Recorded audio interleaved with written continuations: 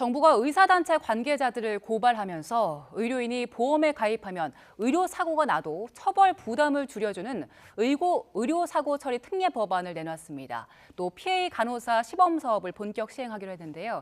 이런 의료계를 둘러싼 법적인 문제 짚어보고요.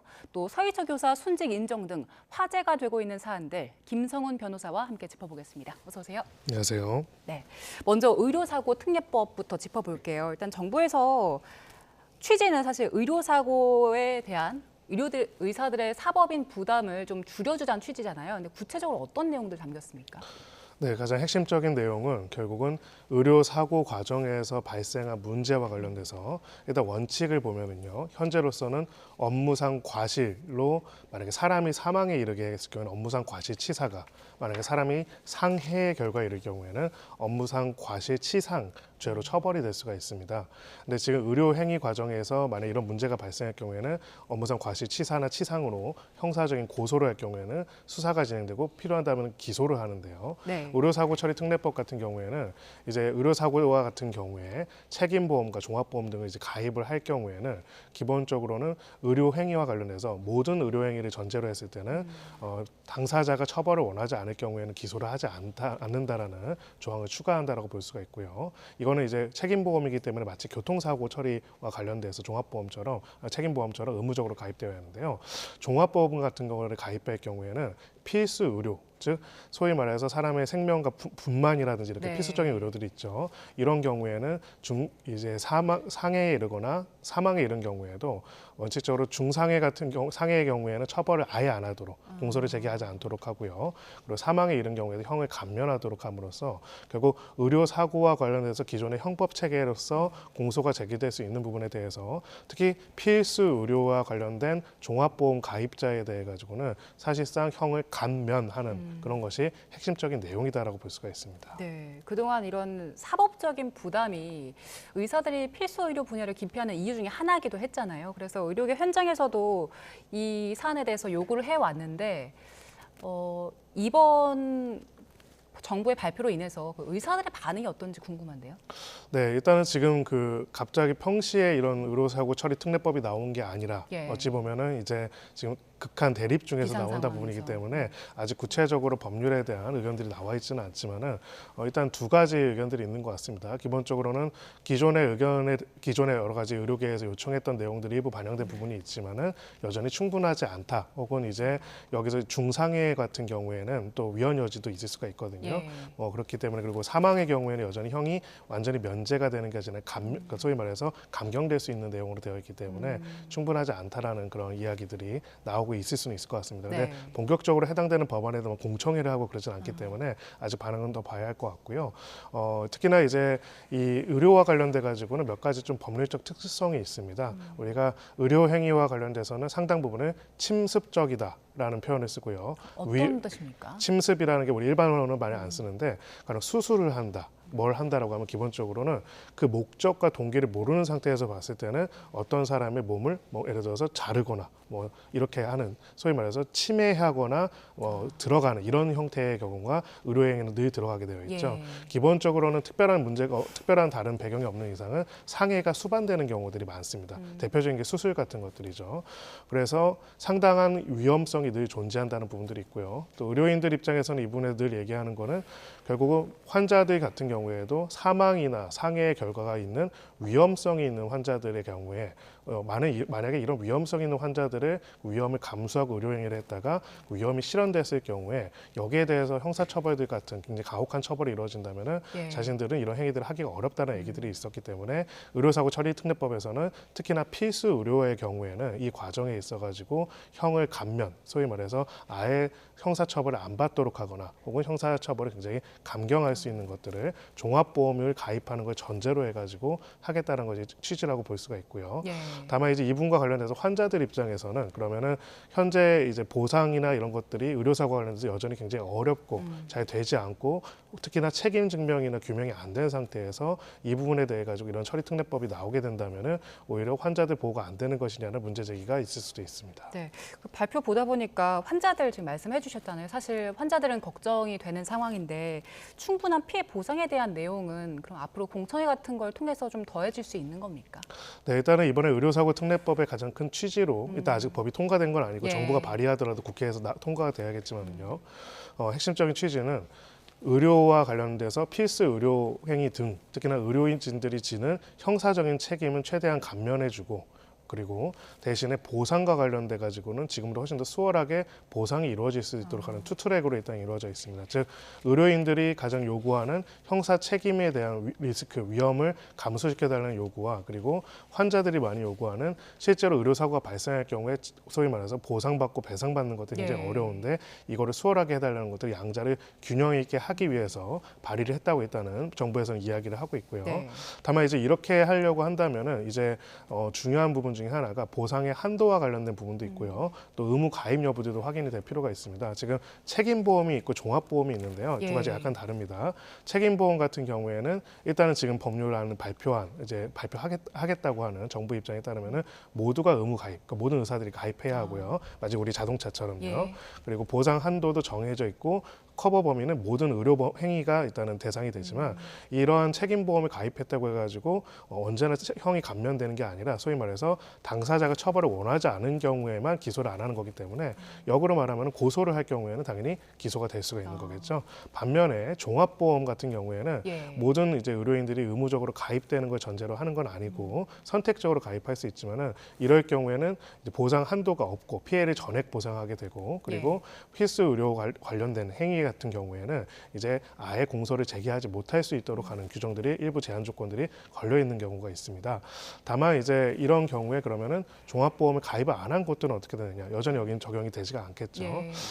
지금 이 부분과 관련해서 환자분들 중에서 만약 아직 여기 공식적인 입장이 나올 만큼의 그 논의가 무르익지는 않았지만요. 예. 문제 제기가 있을 수 있는 부분이 있다면은 보상에 대한 금액도 중요하지만 또 한 가지가 규명과 관련된 부분입니다. 예. 입증 책임이죠. 맞습니다. 예, 원칙적으로 우리나라 법상으로는 기본 원칙은 원고, 즉 청구하는 쪽에서 손해 발생이 이 사람으로 인해서 발생했다는 것, 즉 손해배상 책임이 이 사람한테 있다는 것과 그 범위까지도 입증을 해야 하는 게 원칙입니다. 이러다 보니까 고도의 전문성을 가진 의료인과 비의료인 간에 이런 책임 규명과 관련된 소송을 하게 되면 굉장히 어려워지거든요. 네. 실제로는 이제 의료와 관련된 사고와 관련된 보상과 배상과 관련돼 가지고 문제가 되는 것들은 입증 책임과 관련된 부분인데 결국 이 법이 통과돼서 보상은 수월하게 해주겠다라고 하지만은 그것이 얼마나 잘 되는 것인지에 대한 문제 제기나 의문들이 있을 수는 있습니다. 예. 아직 사실 이제 구체적인 내용들이 나온 게 아니기 때문에 조금 이야기하기 어려운 부분들도 있는데 외국에서 혹시 비슷한 법을 시행하는 국가가 있습니까? 네, 일단 우리 정부 스스로 밝힌 것처럼 세계 최초다라고 이야기를 합니다. 즉 소위 말해서 전면적으로 의료사고에 관해서 의료인들의 책임을 어느 일정한 요건하에 면제할 수 있는 그런 법률은 제가 적어도 알기로는 없는 것으로 알고 있고요. 예. 물론 이제 전 세계가 넓으니까 뭐 어디가 있을 수는 있겠지만은요. 일반적으로 존재하지 않고 그래서 유례가 없는 법률인 건 맞습니다. 근데 예. 우리나라의 연역적으로는 가장 유사한 아마 참고를 삼은 것은 아마 교통사고 처리 특례법으로 추정이 됩니다. 예. 교통사고 처리 특례법상 종합보험 책임보험 가입한 운전자의 사고와 관련돼 가지고는 일정한 경우에 이제 공소를 제기하지 아니하도록 하는 규정이 있거든요. 이게 형사적인 처벌을 면제하는 규정이 있기 때문에 그러한 내용들을 참조해 가지고 만들어진 법률이다 이렇게 볼 수가 있습니다. 예, 그 말씀하신 대로 교통사고 특례법을 벤치마킹했다고는 하는데 이게 일각에서는 우발적인 교통사고랑 어떻게 이런 위험을 감수한 의료 상황이랑 사고랑 동일선상에서 비교를 하느냐 이런 지적들이 있던데 이건 어떻습니까? 네, 그렇습니다. 기본적으로는 이제 그거는 의료인들 그리고 환자들 양쪽에서 다 있는 얘기들이고요. 특히나 의료인들 입장에서는 의료 행위 같은 경우에는 굉장히 위험을 수반할 수밖에 없고 어찌 보면 의사들로서는 이 환자가 죽을 수도 있고 다칠 수도 있다는 거를 알면서도 그 위험을 감수하고 하는 경우이기 때문에 교통사고의 경우보다 더 강하게 의료인들이 보호할 필요가 있다. 뭐 이런 입장들이 있는 거고요. 반면에 이제 또 한편으로는 이제 교통사고에서의 주의 의무 위반의 결과와 그다음에 의료사고의 주의 의무 위반의 결과에 있어 가지고는 분명한 차이가 있고 특히나 교통사고에서의 수범자라고 할 수 있는 의무자는 운전자들이잖아요. 예. 운전자들이 일반적으로 가지고 있는 주의 의무의 수준과 또 굉장히 고도의 훈련을 받은 전문가들의 의료인들의 주의 의무의 수준에 있어 가지고는 차이가 있을 수밖에 없는데 이거를 교통사고랑 동일한 선상에서 특례법을 하는 것이 맞느냐 또 이런 예. 의문들도 있습니다. 그래서 여러 의문들이 있는데요. 참고로 교통사고 처리 특례법과 관련돼 가지고는 관련돼서 헌재에서 한번 위헌성 여부를 판단한 적도 있습니다. 예. 그때는 어떤 판단 내렸습니까? 네, 결론적으로는 중상해에 이른 경우, 피해자가 중상해에 이른 경우까지 소위 말해서 형을 공소를 못하도록 하는 형사처벌을 면제하는 것은 위헌이다라는 판단을 했습니다. 당시에 이제 헌법소원을 제기한 쪽에서는 몇 가지 이유를 들었는데요. 예. 하나는 국가가 생명과 신체에 대한 기본권을 보호할 의무를 저버린 것이다. 그리고 두 번째는 피해자가 재판 절차에서 진술할 권리라는 기본권을 침해한 것이다. 세 번째는 결국은 이 자동차에 소위 말해서 보험 가입 여부에 따라 가지고 여기에 따라서 형사적인 고소를 할 수 있냐 없느냐가 달라지는 건 평등권 침해다. 예. 이렇게 세 가지를 이야기를 했는데요. 헌재에서는 기본적으로 기본권 보호 의무를 저버린 것이다에 대해서는 그렇지 않다라고 판단했지만 재판 절차 진술권과 그리고 아까 말씀드린 평등권은 중상해의 경우까지도 재판 고소를 못하게 하고 중상해의 경우 이상의 경우에도 이 부분에 대해서 못하게 하는 경우에는 이거는 평등권과 재판 절차 진술권을 침해하다고 해서 위헌이라고 판결을 했습니다. 그래서 예. 아마 구체적인 법안을 만드는 과정에서도 이제 중상해와 관련돼 가지고는 조금은 지금 헌재의 기존의 결정들을 판단을 해가지고 예. 구체적으로는 이 경우에도 완전히 면제하는 것들은 위헌성이 있기 때문에 다시 다다듬어질 가능성을 배제할 수 없습니다. 예. 일단 위헌의 소지가 있기 때문에 조금 더 다듬을 것이다라고 말씀해 주셨고, 그리고 피해 간호사 얘기를 좀 해볼게요. 정부가 의료 공백 좀 완화하고자 피해 간호사들 의사 업무의 일부를 수행하는 걸 일단 한시적으로 허용을 한 거잖아요. 그런데 업무 범위가 명확하지가 않은 게 계속 문제가 되더라고요. 네, 그렇습니다. 이 PA라는 게 지금 진료 보조 행위다 이렇게 볼 수가 있는데요. 기본적으로 진료 보조 같은 경우에는 그 의사 업무의 일부를 위임받아서 진료 보조를 하는 거를 이야기를 하는데 이게 구체적인 실무상으로 어떤 범위까지가 허용되는지가 늘 문제가 되었고요. 실제로 관행적으로 이 정도는 이제 하는 부분들과 그렇지 않은 부분들이 늘 애매하게 그레이 에리어가 있었습니다. 예. 그래서 그동안 뭐 가령 대표적으로 주사를 놓는 행위 이런 것들 사실 의사 선생님이 직접 주사를 놓는 경우보다 간호사분들이 놓는 게 훨씬 더 많았죠. 예. 이런 경우는 어떻게 할 것인지 아니면 체외 충격파 요법을 하는 거는 누가 할 수 있는 것인지 혹은 척수 마취를 할 때는 누가 할 수 있는지 이런 것들에 있어 가지고 지금까지는 구체적인 사안이 문제가 됐을 때 재판부에서 이거는 의료인만 할 수 있는 진료 행위, 의료 행위에 해당되기 때문에 간호사가 할 경우에 위법이라고 해서 형사 처벌했던 사례들도 있다 보니까 문제가 됐는데요.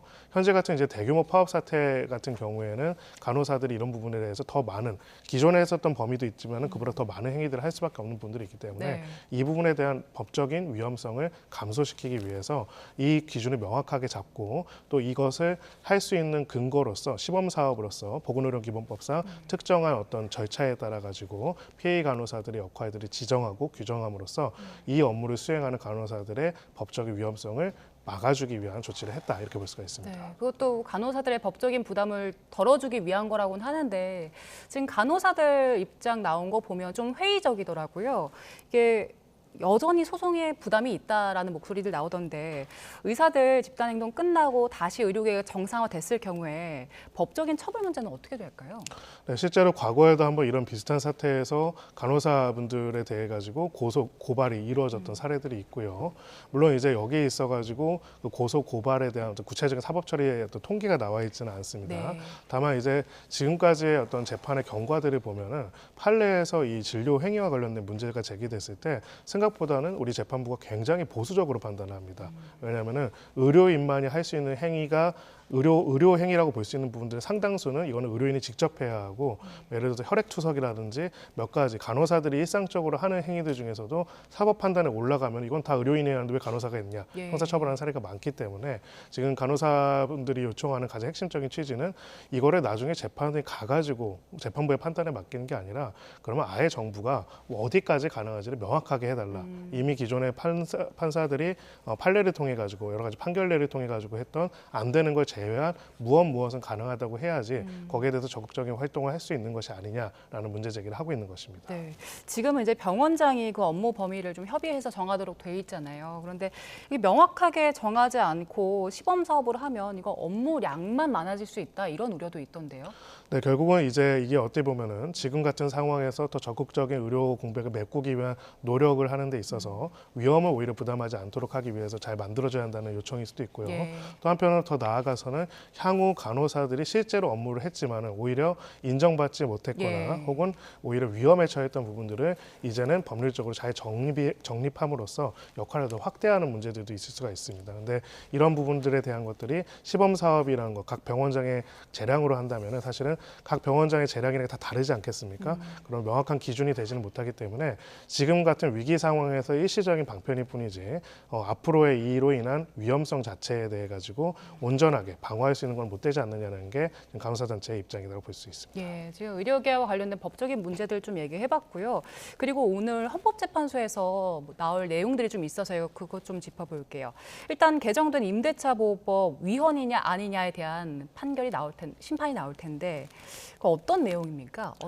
네, 아마 이제 임대차 보호법의 여러 내용 중에서도 가장 이제 논란도 됐고요. 또 가장 시장에 많은 영향을 미쳤던 것 중에 하나가 계약 갱신 청구권이 예. 있고요. 소위 말해서 임차인이 추가 계약 연장을 요구할 수 있는 권리. 만약 요구를 하게 된다면은 계약 연장을 해줘야 하는 특별한 사정이 없는 이상 그런 부분들이 있었고 또 전월세 상한제가 있었죠. 임대료와 관련돼 가지고 폭을 최대 5%까지만 올릴 수 있도록 하는 규정이 있었습니다.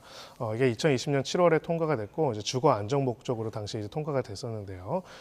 기본적으로는 지금 청구인들은 자신의 재산권을 침해했다. 즉 내가 소유한 내 집에 있어가지고 임차인 계약을 갱신할 것인지 말 것인지는 계약이기 때문에 네. 기본적으로 자신의 의사에 따라서 할 수 있어야 하는데 이것을 박탈당하고 재산의 처분과 관리에 관한 권한 기본권을 침해당했다는 게 취지라고 볼 수가 있고요. 네. 또 시장 질서나 이런 것들을 봤을 때 가격을 더 올리거나 변동이 필요한 부분들이 있는데 이 경우에도 이 부분을 어떤 구체적인 금액으로 제한한 것도 또한 재산권 침해라는 것이 청구인들의 입장입니다. 예, 두 가지가 이제 핵심인 건데 계약갱신 청구권 그리고 전월세 상한제 이 두 가지잖아요.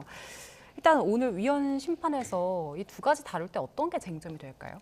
네, 결국은 기본권과 관련돼서 늘 볼 때는요, 기본권이 존재하고, 근데 기본권 같은 경우에도 공익적인 목적으로 공공복리를 위해서 제한을 할 수 있습니다. 네. 특히 재산권과 관련돼 가지고는 그 구체적인 내용들에 있어서 상당한 제한이 법률로서 만들어질 수 있다라는 헌법적 근거도 있고요. 다만 이것이 과도한지 여부를 하려면은 여러 가지 단계를 보게 됩니다. 이 입법의 목적이 정당한지, 수단이 적합한지, 그리고 이럴 경우에 법익의 균형, 즉 이로 인해서 재산권이 침해되는 정도와 이 재산권을 제한함으로써 공익을 달성하고자 하는 필요성을 비교하게 되고요. 만약에 그런 경우에도 최소한으로 기본권을 침해할 수 있는 다른 수단이 없는지를 봐가지고 특히나 이 비례의 원칙상 이러한 공익적 목적이 있다가 하더라도 기본적으로 기본권을 과도하게 침해한다는 경우에는 위헌으로 판단을 하고요. 이렇기 때문에 이 사안에서도 결국은 이 법이 도입된 취지와 그걸 통해서 달성하자 하는 공익의 크기 그리고 이로 인해 가지고 개개인들이 침해되는 재산권의 정도에 대한 비교 형량을 하게 될 것으로 보입니다. 이건 위헌이 나오든 합헌 결정이 나오든 파장이 상당할 것 같은데 각각 파장은 어떻게 예상하세요? 네, 일단은 합헌이 나온다면 어쨌든 지금 법률을 기초로 해가지고 모든 재판 어떻게 보면 재산관계가 형성되어 네. 있으니까 특별하게 크게 달라지지는 않겠지만요. 위헌이 나올 경우에 파장이 클 것으로 보입니다. 왜냐하면은 실제로 지금 오늘 이 순간에도 이 계약갱신 요구권 등과 관련돼 가지고 여러 임대차 관계들이 정리되고 있고요. 또 한편으로는 정당한 이유 없이 임대인이 이 계약갱신 을 거절할 수 없다라는 조항 때문에 알고 보니까 집주인이 자신이 돌아와서 산다고 해가지고 비워줬는데 예. 계약갱신을 안 하고 알고 보니까 다른 사람한테 팔았거나 내놨거나 이랬을 경우에 손해배상 소송하는 소송도 요즘 굉장히 많거든요.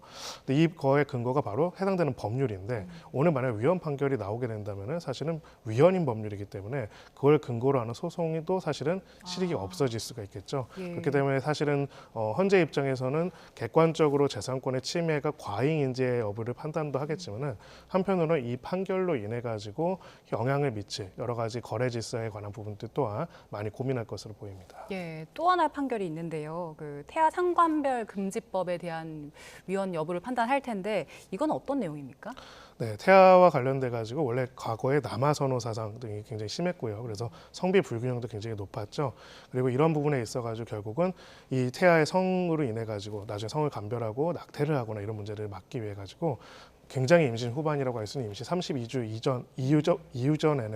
이전에는 성감별을 하지 못하도록, 성에 대해서 얘기하지 못하도록 하는 법률이 있습니다. 근데 실질적으로 이게 너무 늦은 시기뿐만 아니라 또 남아 선호 사항이라는 것도 사실 굉장히 많이 완화된 부분들이 예. 있기 때문에 현실과 맞지 않는다는 문제 제기들이 있었고요. 이것이 기본적으로 이 태아의 성 정보에 대한 부모의 알 권리, 행복 추구권들을 침해한다는 이유로 이제 헌법 소원이 제기된 상황입니다. 예. 이 해당 사안은 어떤 결과 예상하세요? 저는 이제 이 건 같은 경우에는 저희가 단정할 수는 없겠지만 예. 아무래도 현실의 변화가 클 것으로 보입니다. 기본적으로 해당되는 법률이 도입됐을 때는 당연히 부모로서는 아이가 남자인지 여자인지를 생각하고 거기에 따라서 뭐 예를 들어서 경우에 따라서는 뭐 준비하는 것들도 달라지는 경우들이 있는데 그런 것들을 32주까지 모르게 했던 것들. 또 예. 실무적으로는 또 32주 전이라도 아름아름 이제 알려주고 현실적으로는 추상적으로는 좀 알려줬었잖아요. 그렇죠. 예, 그런 부분들이 있다는 것들 고려했을 때 해당되는 법률을 유지함으로써 얻을 수 있는 공익적인 필요성은 굉장히 낮아졌다고 볼 수가 있고요. 그렇기 때문에 그런 부분에서 봤을 때는 위헌이 나올 가능성도 배제할 수는 없지만 아까 말씀드렸다시피 위헌의 경우에는 정족수가 훨씬 더 높습니다. 예. 과반도 아니고 이제 9분 중에서 6분 이상이 위헌을 판단을 해야 하기 때문에 그런 점에 있어가지고는 적어도 과거에 이 조항이 논쟁됐던 어떤 때보다도 위헌 가능성이 높다라고 볼 수는 있습니다. 알겠습니다. 김성훈 변호사와 함께 여러 가지 법적 쟁점들 짚어봤습니다. 고맙습니다.